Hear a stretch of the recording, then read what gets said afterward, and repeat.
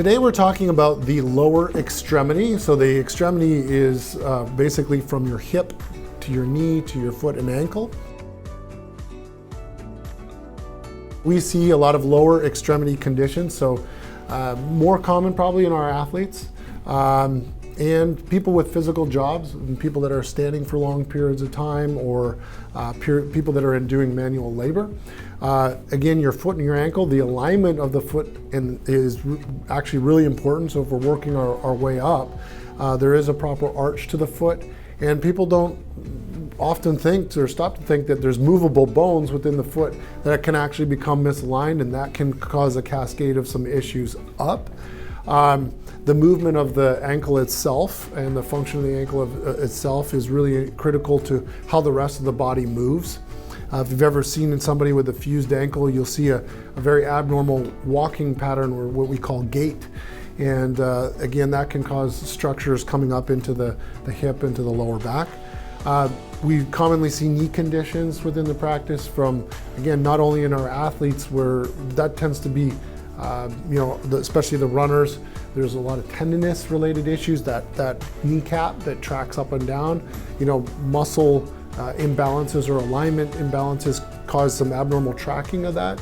But you can have the ligamentous structures surrounding the knee. So our football players, our basketball players, in our basketball population, see so many of those ankle and foot, ankle, knee related things, very common, probably even more so than even football.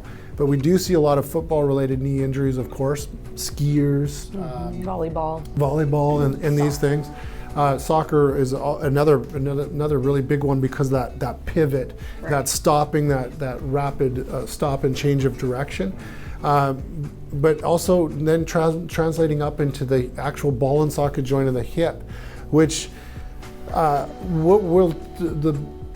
what we see most common would probably be in the elderly population, where people have had that dysfunction that they failed to address earlier on. Okay, so that's been something that's been there for a long period of time, and then it causes that wear and tear, where there's an abnormal ball and socket like the dysplasia. And then that creates a lot further problem. But all of those are conditions that we treat, we see, and treat them successfully. With regards to those conditions, do you guys have any main points you'd like to bring up? One of the things that is really kind of become a hands-off problem is total knee replacements, right? Total hip replacements as well.